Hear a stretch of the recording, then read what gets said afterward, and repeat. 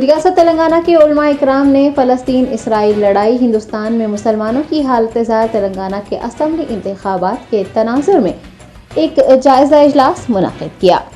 شہر حیدرآباد میں All India Muslim Personal Law Board کے صدر مولانا خالد سیف اللہ رحمانی، مفتی صادق محی الدین، منیر الدین مختار اور اکبر نظام الدین کی زیر نگرانی ایک جائزہ اجلاس منعقد کیا گیا اور فلسطین اسرائیل تنازع، ہندوستان میں مسلمانوں کو درپیش مسائل اور تلنگانہ میں آئندہ منعقد ہونے والے اسمبلی انتخابات پر تبادلہ خیال کیا گیا۔ اجلاس کو مخاطب کرتے ہوئے مفتی صادق محی الدین نے کہا کہ مسلمانوں کو مساجد کے نظام کو مستحکم کرنے کی ضرورت ہے۔ کئی منزلہ مساجد تو تعمیر کر دی گئی ہے، لیکن مصلیوں کی تعداد بہت ہی کم رہ گئی ہے۔ نماز ہوتے ہی مساجد مقفل کر دی جاتی ہے۔ انہوں نے کہا کہ مساجد دن بھر کھلی رہنی چاہیے، مساجد میں تعلیم و تربیت کا اہتمام کیا جانا چاہیے۔ مفتی صادق محی الدین نے ووٹر آئی ڈی کارڈ اور انتخابات سے متعلق عوام میں شعور بیداری کے لیے تمام تنظیموں کے اتحاد کو ضروری قرار دیا اور کہا کہ اگر متحد ہو کر یہ کام کیا جائے گا تو کامیابی یقیناً حاصل ہوگی۔ انہوں نے ہندوستان کے کئی مقامات پر موب لنچنگ، مسلمانوں کے قتل عام پر افسوس کا اظہار کرتے ہوئے کہا کہ دیگر ریاستوں میں مسلمان بھائی سخت مشکلوں سے گزر رہے ہیں اور دینی بھائی ہونے کے ناطے ہمیں کسی نہ کسی ذرائع سے وہاں تک رسائی حاصل کرتے ہوئے ان کے مسائل کے حل کے لیے بھی دلچسپی لینے کی ضرورت ہے۔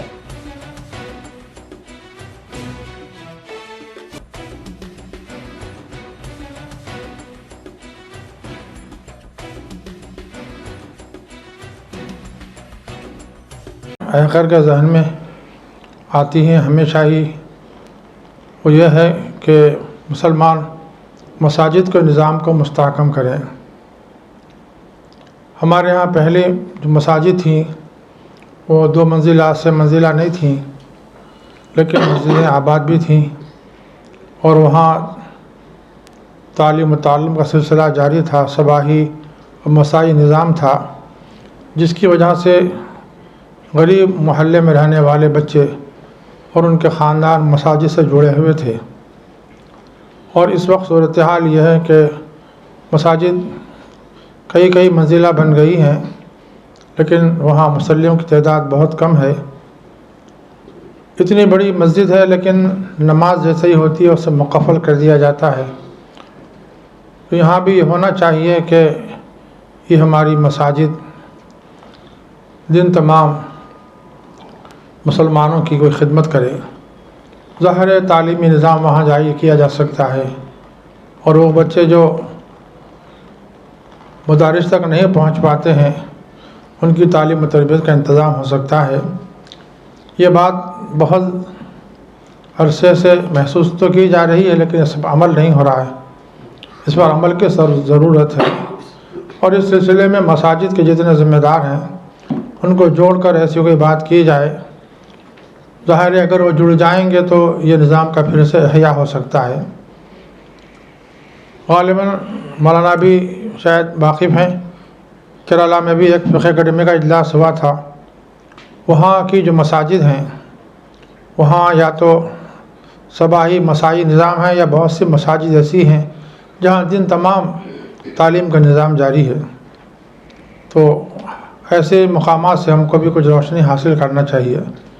بار بار ہم آپس میں کہتے ہیں کہ امت میں اتحاد و اتفاق ہو، امت میں اتحاد و اتفاق ہو، لیکن جیسے اتحاد و اتفاق کی باتیں ہوتی ہیں عملی صورتحال ویسی ہمیں محسوس نہیں ہوتی ہے، تو اس کو عملاً کیسے اتحاد و اتفاق بنایا جا سکتا ہے اس پر سنجیدگی سے غور کرنے کی ضرورت ہے۔ صرف بیان دے دینے سے کہ اتحاد پیدا ہو جائے، مسلمانوں میں اتفاق پیدا ہو جائے، یہ صحیح ہے کہ موجودہ حالات میں کچھ ٹھوکریں کھانے کے بعد عقل سمجھ آ گئی ہو، کچھ اتحاد کی راہیں بن رہی ہوں، لیکن اس میں مزید کوشش کی ضرورت ہے اور ایسی کوشش ہونی چاہیے جس میں مسلک مشرب کا کوئی بھید بھاؤ نہ ہو اور اسلام کے نام سے سارے مسلمان آپس میں بھائی بن کر اپنی یکجہتی کا اظہار کریں۔ ظاہر ہے اس اتحاد کا بھی بہت بڑا اثر سامنے والے پر پڑ سکتا ہے۔ مساجد خود آباد ہو جائیں، وہاں تعلیم کا سلسلہ جاری ہو جائے اور امور جو ہمارے عدالتوں میں زیر دورہ ہیں، وجہ کیا ہے؟ وجہ اس کی یہی ہے کہ مسلمان مساجد سے جڑے ہوئے نہیں ہیں۔ مساجد کی مسلمانوں کی اکثریت اگر مساجد سے جڑی رہتی تو ظاہر ہے اپنے مسائل کے حل کے لیے بھی وہ مسجدوں کی طرف نظر کرتے، لیکن ایسا نہیں دیکھا جا رہا ہے، اس لیے اس پر توجہ کی ضرورت ہے۔ اتحاد و اتفاق میں مزید اور زیادہ کیسے بڑھایا لایا جا سکتا ہے، اس سلسلے میں بھی ہم کو غور و خوض کرنا چاہیے۔ ووٹر آئی ڈی وغیرہ کے سلسلے کی باتیں بھی عرصے دراز سے گشت کر رہی ہیں، لیکن اس سلسلے میں جو بات دیکھی جا رہی ہے وہ یہ ہے کہ مختلف تنظیمیں اپنے اپنے طور پر یہ کام کر رہی ہیں۔ تو آخر کی ناقص رائے یہ ہے کہ چیزہ جو کوششیں ہیں اگر سب منظم ہو جائیں اور سب مل کر مشترکہ طور پر ساری تنظیموں کے کارکنان جڑ کر اگر کام کریں گے تو افراد بھی کثیر ہوں گے اور انشاءاللہ کام بھی بہت تیزی سے آگے پھیل سکتا ہے۔ اور ہو سکتا ہے کہ کچھ حضرات پہلے سے ہی کسی جگہ پہنچ گئے ہیں، ایک تنظیم کے ذمہ دار، ہم وہاں دوسری تنظیم کے لوگ وہاں پہنچ رہے ہیں، تو ایک تحصیل حاصل ہے، پتہ نہیں چلتا کہ کس علاقے میں کام ہوا ہے کس علاقے میں کام نہیں ہوا ہے۔ اس لیے اگر تمام مسلم تنظیمیں خواہ وہ کسی بھی مشرب سے تعلق رکھتی ہوں، سب جڑ کر اگر عملی طور پر یہ کام کریں گے، لوگوں میں شعور پیدا کریں گے، تو انشاءاللہ اس کام میں بھی ہم کو کامیابی حاصل ہو سکتی ہے۔ ویسے جو سلم ایریاز ہیں، غریب مسلمان جہاں رہتے بستے ہیں، وہاں تو گھر گھر پہنچ کر دستک دینے کی ضرورت ہے۔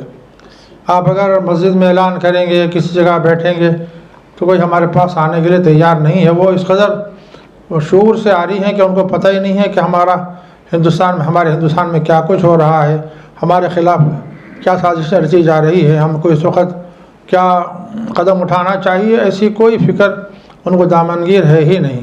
وہ صرف اپنے صبح و شام کی دال روٹی کے مسئلے میں الجھے ہوئے ہیں۔ ایسے میں ان کے گھر گھر پہنچ کر ان کے آدھار کارڈ بنانے، ووٹر آئی ڈی کی تیاری میں ہم سب کو مل کر کام کرنا چاہیے۔ اور جو متفرق طور پر کام ہو رہا ہے الحمدللہ یہ لائق تحسین ضرور ہے، لیکن اس کام کو اگر منظم کر دیا جائے، سب مل کر اس کام کے لیے آگے بڑھیں تو انشاءاللہ اس کے اچھے نتائج سامنے آ سکتے ہیں۔ ویسے آپ حضرات ابھی ذکر فرما رہے تھے موب لنچنگ وغیرہ، یہ ہے وہ ہے، روزانہ اخبار اس سے بھرے ہوئے ہیں۔ ہر روز کہیں نہ کہیں مسلمان مارے جا رہے ہیں، نوجوانوں کو مارا جا، آج بھی اخبار میں ہے، اور بچوں سے غیر انسانی سلوک کیا جا رہا ہے۔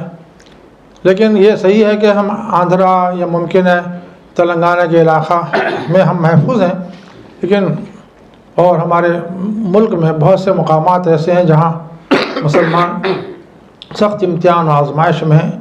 ظاہر ہے ہم یونائٹڈ مسلم فورم تو ظاہر ہے تلنگانہ یا آندھرا تک کی بات کر سکتا ہے، لیکن بحیثیت اسلامی بھائی ہونے کے ہم کو ان کا درد بھی محسوس کرنا چاہیے، اور وہاں تک ہم کسی اور کے واسطے سے رسائی حاصل کر کے وہاں کے مسائل میں بھی ہم کو دلچسپی لینا چاہیے۔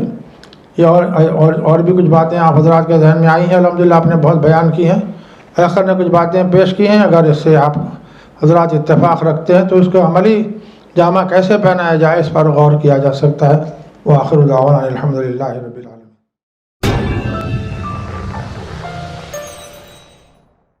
جرمنٹن super speciality hospital, doctor Mir Jawad Zar Khan, senior experienced orthopaedic surgeon, bone fracture, joint replacement, hip replacement اور اسپائن سرجری کامیابی سے انجام دے رہے ہیں۔ اس کے علاوہ neuro surgery, cardiology, gynaecology, dental, general medicine, dialysis اور فزیو تھراپی جیسے شعبات میں انتہائی کامیابی کے ساتھ واجبی فیس میں علاج کیا جا رہا ہے۔ شیئرنگ اور پرائیویٹ رومز، اسپتال میں 24 گھنٹے MRI، CT scan, 2D digital X ray, ultra sound, operation theatre, ICU اور لیب کی سہولت دستیاب ہے۔ آپ کی امیدوں کے عین مطابق Germanten super speciality hospital, pillar number 150، عطا پور، حیدرآباد۔